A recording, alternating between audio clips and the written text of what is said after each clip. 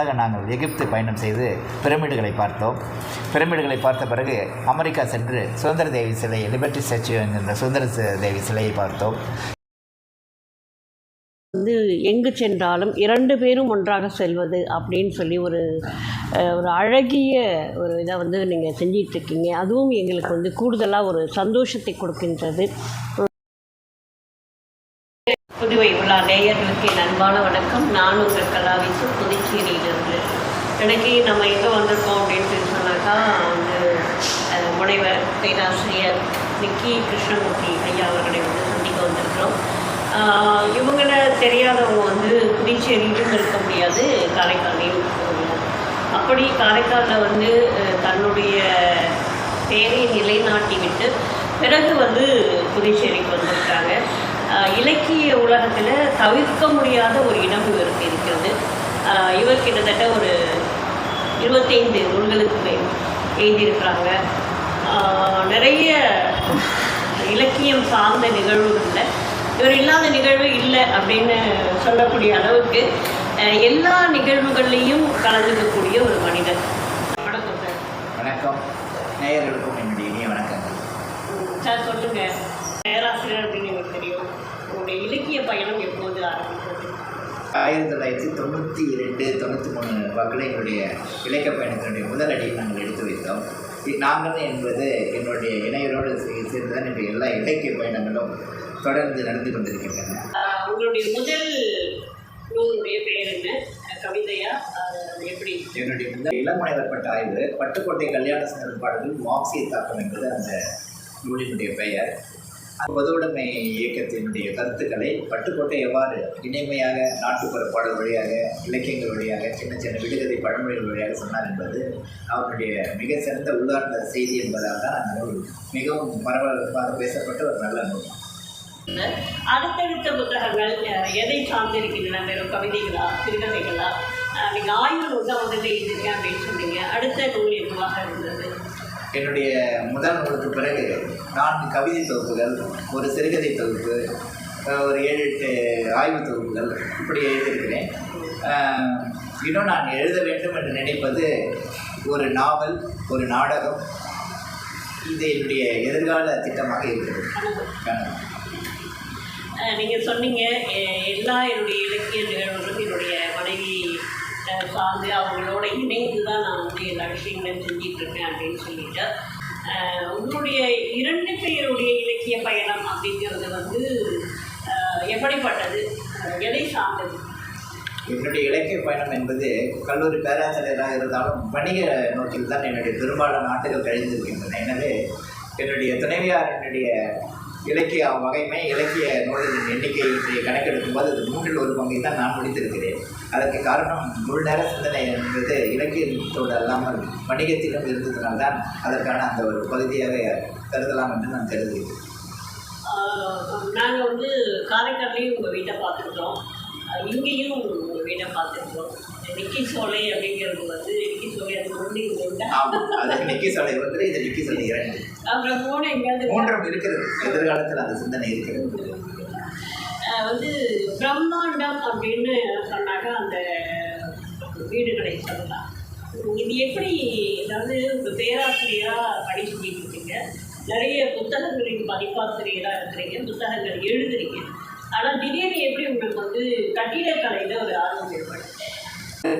முதுகலை படித்துக் கொண்டிருந்தபோது எல்லோரும் சினிமா வேறு வேறு திசைகளில் சென்று கொண்டிருந்தபோது நான் வானளாவிய கட்டிடங்களை பார்த்து கொண்டிருப்பேன்.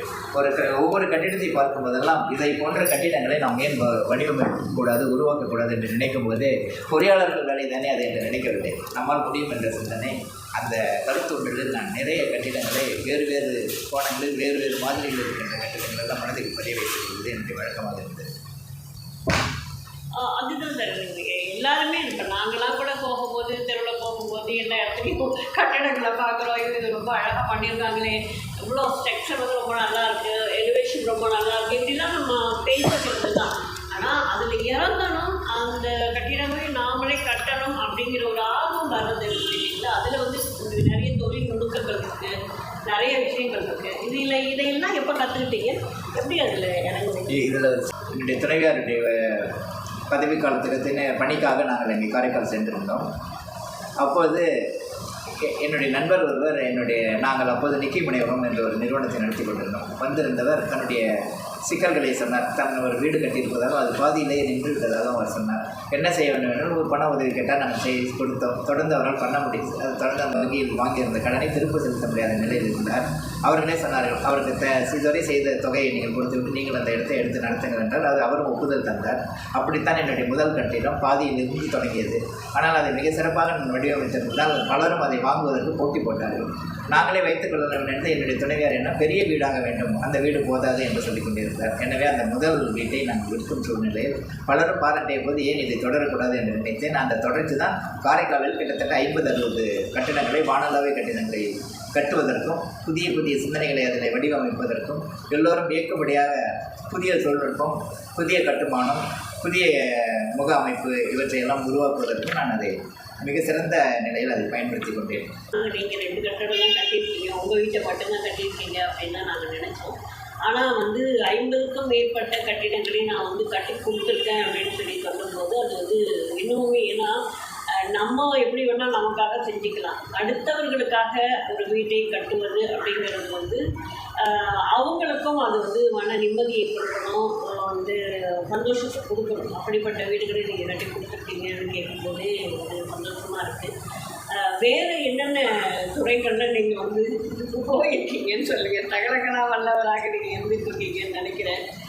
வணிக நிறுவனத்தை தொடங்கியிருந்தேன். அது சிந்தனைகளை செயல்களையுமே அதை நான் தொடர்ந்து செய்து கொண்டிருந்தேன். குறிப்பாக ONGC முதலான நிறுவனங்களுக்கு மிக அரிதான பொருட்கள், அதை கொஞ்சம் ஆங்கிலத்தில் சொல்கிறதுனா டீஷேக்கல் மாதிரி, அவர்களுக்கு வேண்டுமான ஒரு செயினிங், அது அவர்களுக்கு வேண்டுமான ஸ்குரு, அது மாதிரி நுணுக்கமானது 0.1 mm குறைத்தாலும் அதை அவர்கள் ஏற்றுக்கொள்ள முடியாத அளவுக்கு ரொம்ப நுணுக்கமானது. அதையெல்லாம் கூட நான் செய்து வெற்றி அடைந்தேன். அப்படியே நான் நினைக்கும் எந்தெந்த துறைகளெல்லாம் நினைக்கிறோமோ அதற்கான முயற்சிகளில், அதற்கான முன்முனைப்புகளில் அதில் எவ்வாறு சிறந்து செயல்படும் என்ற நம்பிக்கையில் நான் அதை செய்து கொண்டிருந்தேன். பதிப்பகத்தையும் தொடங்கி மிக சிறப்பாக நடத்தி 400க்கும் மேற்பட்ட புத்தகங்களை நான் பதிப்பித்திருக்கிறேன். நம்ம புத்தகம் எழுதுறது அப்படிங்கிறது அது ஒரு விஷயம். நம்ம நினச்சதை எழுதிடலாம், அது பதிப்பகத்துக்கு கொடுத்துருக்கோம். ஆனால் மற்றவர்களுடைய புத்தகங்களை பதிவித்து கொடுக்கறது அப்படிங்கிறது அது ஒரு பெரிய விஷயம்.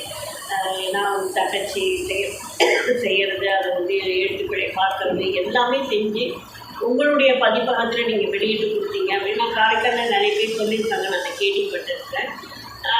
இப்பயும் தொடர்ந்து செஞ்சுட்டு இருக்கீங்க. அதாவது 10, 20, 30 என்று புத்தகங்கள் அடுக்கடுக்காக செய்து கொண்டிருந்தேன். இப்போது சற்று குறைத்திருக்கிறோம்.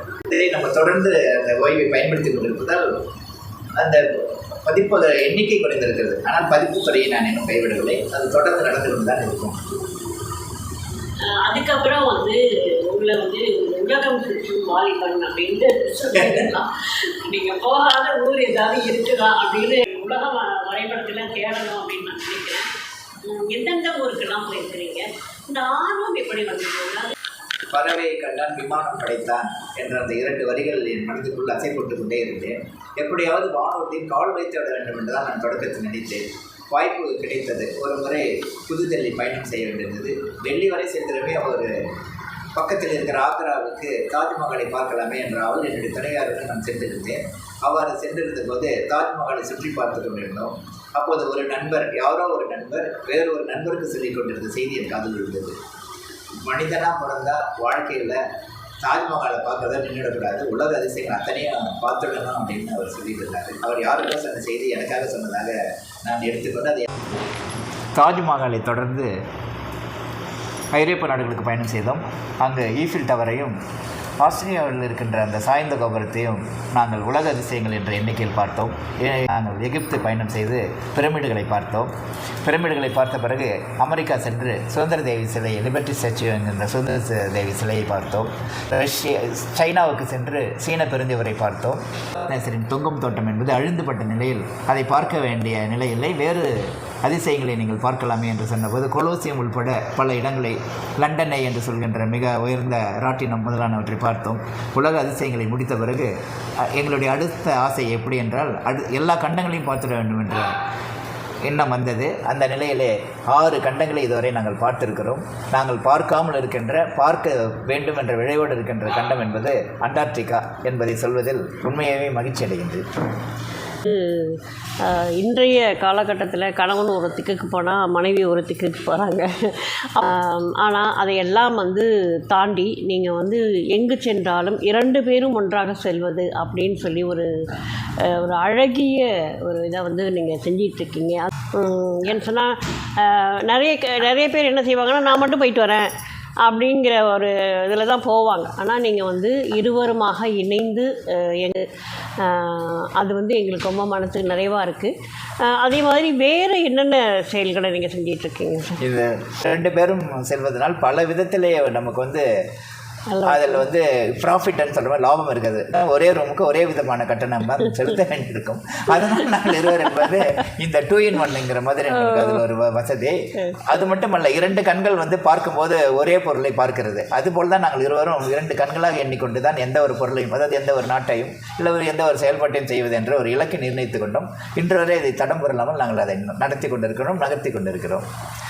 நீங்கள் கேட்டது போல் அடுத்ததுன்னு பார்த்தா பதிப்புக்கு பிறகு நிறைய கருத்தரங்கங்கள், உள்நாட்டு கருத்தரங்கள், அயல்நாட்டு கருத்தரங்கள் என்ற ஒரு 50க்கும் மேற்பட்ட கருத்தரங்கங்களை நாங்கள் சென்றிருக்கிறோம்.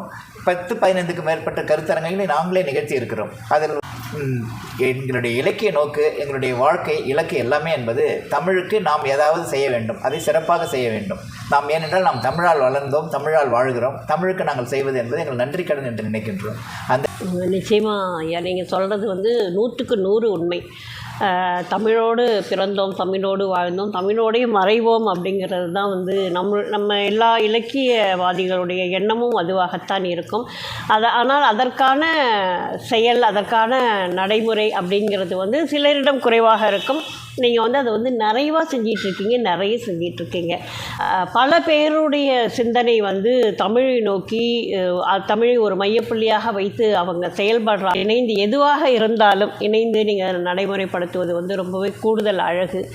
மேற்கொண்டு எங்களுடைய நேயர்களுக்கு நீங்கள் என்ன சொல்ல விரும்புகிறீங்க? அதாவது தமிழ் படித்தவர்களுக்கு தமிழ் மட்டுமே தெரியும் என்ற ஒரு சிந்தனை போக்கு வெகு வேகமாக பரவி இருந்த காலம் அது, நான் படிக்கிற காலத்தில்.